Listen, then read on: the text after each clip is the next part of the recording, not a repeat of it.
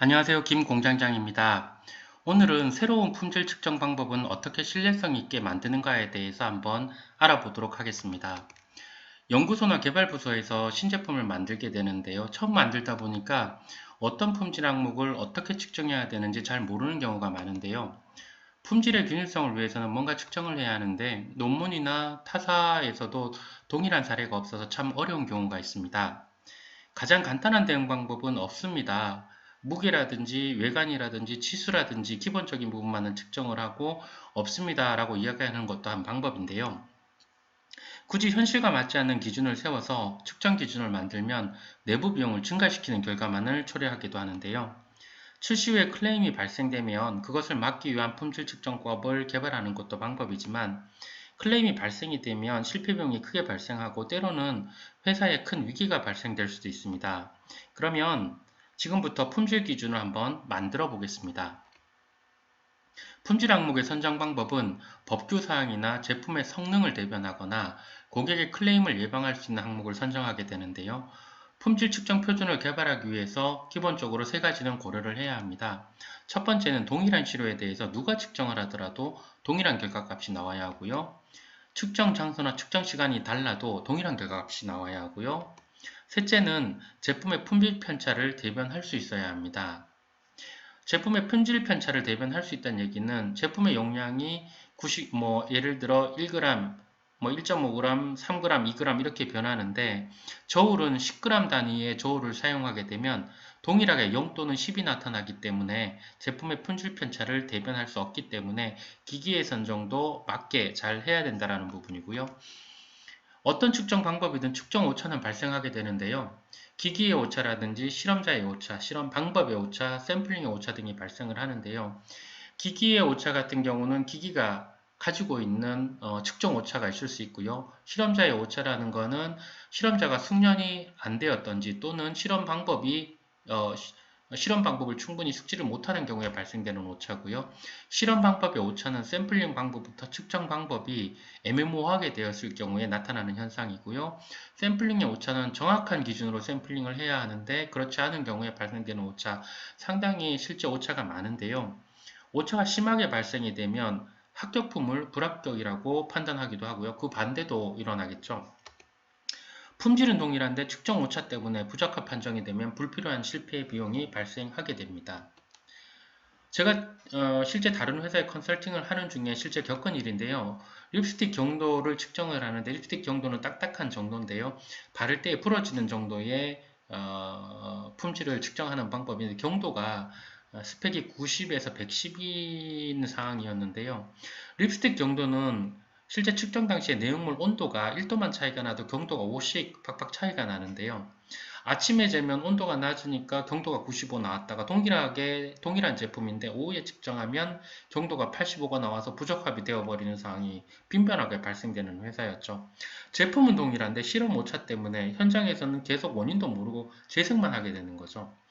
그러다 보니까 경도가 낮으니까 왁스를 더 보정을 해서 경도를 높였는데 나중에 또 아침이 되니까 경도가 엄청나게 뛰어서 그 내용물을 폐기하는 그런 경우가 발생하기도 했었습니다.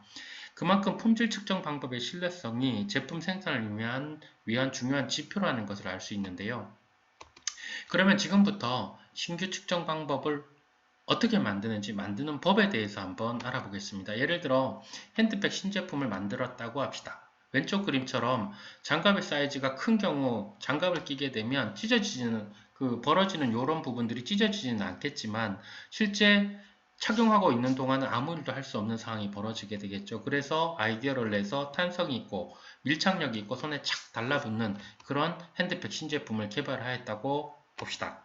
그럼 예상되는 문제점은 착 달라붙다 보니까 장갑을 끼는 과정에서 늘어나게 되겠죠. 그러면 이런 모서리 부분들이 과도하게 늘어나게 되고요. 그렇게 되면 보시는 그림처럼 손가락 부분이 접착이 잘 안 되게 되면 찢어지는 문제가 발생될 수 있는데요. 그러면 이 접착력이 어느 정도 이상으로 관리되어야 사용성에 문제가 없는지를 측정할 필요성을 느끼게 됩니다. 그러면 어떻게 이것을 측정하는 방법을 개발해야 할까요? 우선 측정기는 접착 강도를 측정해야 되니까 인장 강도기로 이렇게 떼보면서 측정을 한다고 보면 설비는 인장 강도기를 설정을 하고요. 시료의 채취는 그러면 어떻게 해야 되느냐? 이 부분인데요. 예를 들어 접합 부위 가로 세로 1cm를 절단한다라는 기준을 세웠을 때 경우에는요, 접합 부위는 여기에서부터 이 외곽 테두리가 전부 접합 부위인데요. 이 부분에서 가로 세로 1cm는 이 부분을 자를 수도 있고, 이 부분을 자를 수도 있고, 그러면 좀 애매모호한 부분이 있죠. 그리고 중지와 검지 사이의 굴곡 부분의 적합 부위 1cm를 잘라 측정한다고 한다면 중지와 검지 사이에 요 1cm인데 요 자르는 사람에 따라서 왼쪽으로 치우치기도 하고 위로 치우치기도 하고 그렇게 되면 측정 오차가 발생이 될 수도 있고요.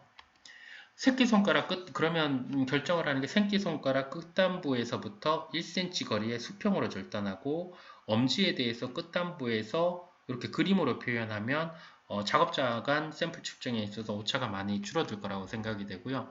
시료를 두 군데에서 채취하는 이유는 생산 과정 중에 열판으로 이 부분을 실링을 하게 되는데요.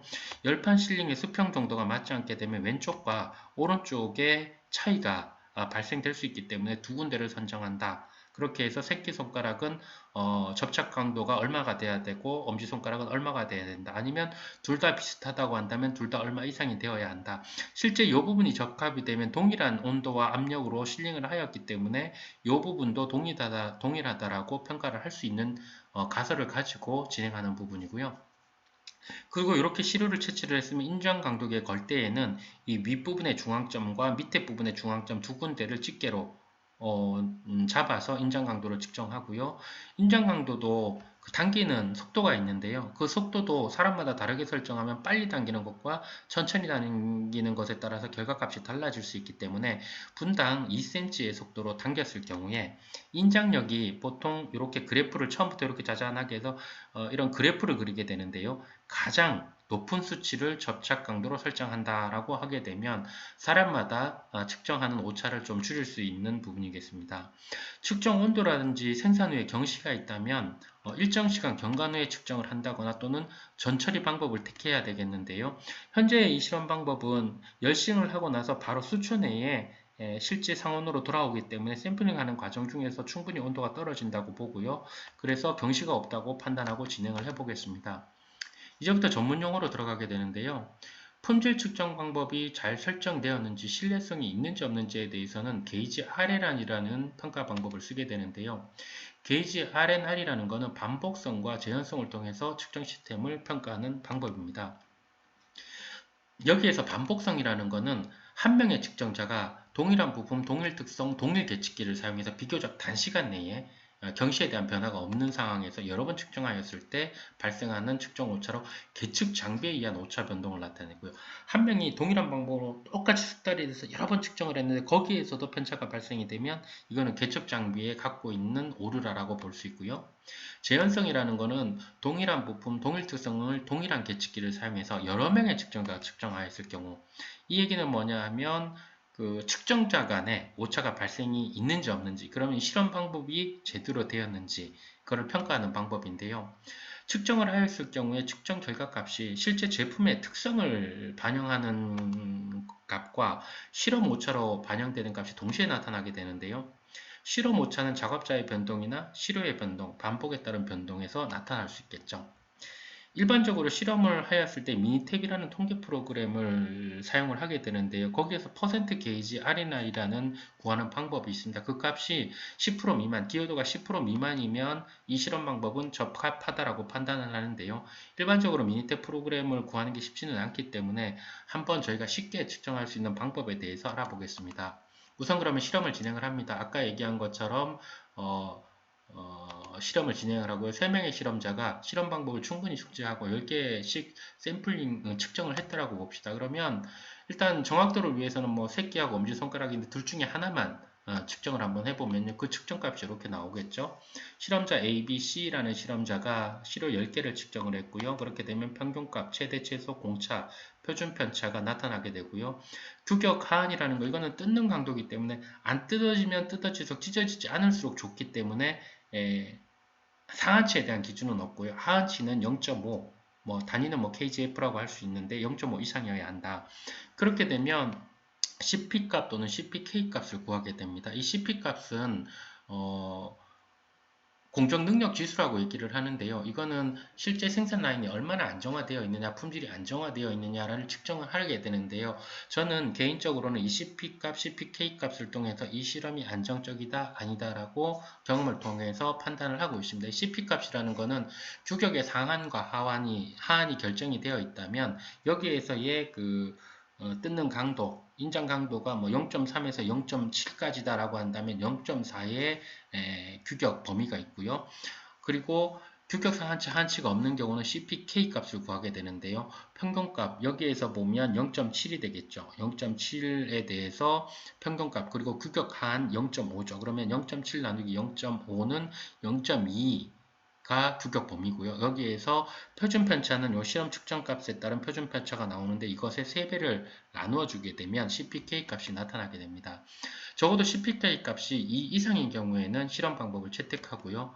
품질 항목이 정말 크리티컬하지 않고 그런 경우에는 CPK 값이 1.66 정도는 채택할 수는 있지만 그래도 측정 방법에 오차가 많기 때문에 가능한 한 2.0 이상 또는 그 실험의 정확도가 필요하다면 뭐 3.0 이상도 갈 수 있는 부분이겠죠. 만약에 이거보다 떨어지게 되면 CPK 값이 떨어지게 되면 오차의 원인을 개선을 해서 다시 실험 방법을 수립해서 실험을 해서 CP 값 또는 CPK 값이 2.0 이상이 되는 방법을 찾아야 되겠죠. 물론 이 방법은 미니탭의 실험 방법 그 식스 시그마에서 보면 게이지 RNR이라는 실험 방법이 있는데 그걸 공부를 해서 적용하면 되겠지만 그 부분이 실질적으로 적용하기가 쉽지 않기 때문에 개인적으로 활용하는 방법이고요. 뭐 학계나 이렇게 정식으로 발표한 방법이 아니지만 오랜 경험을 통해서 이 정도의 수준이면 품질 특성을 대변할 수 있겠구나 경험치에서 나온 부분으로 정확하게 이론을 가지고 한다고 한다면 식스 시그마 이론 중에 게이지 RNR 방식을 공부하셔서 진행을 하시면 좋겠습니다. 그러면 정리를 한번 해보겠습니다. 품목 항목의 선정부터 교육 및 현장 적용까지 그래서 측정 항목의 선정은 법규사항 또는 제품 성능을 대변하거나 클레임 발생 가능성이 있는 부분을 항목 선정을 해야 하고요. 측정기기는 해당 품목을 측정할 수 있는 신뢰성 있는 기기를 선정을 해야 합니다.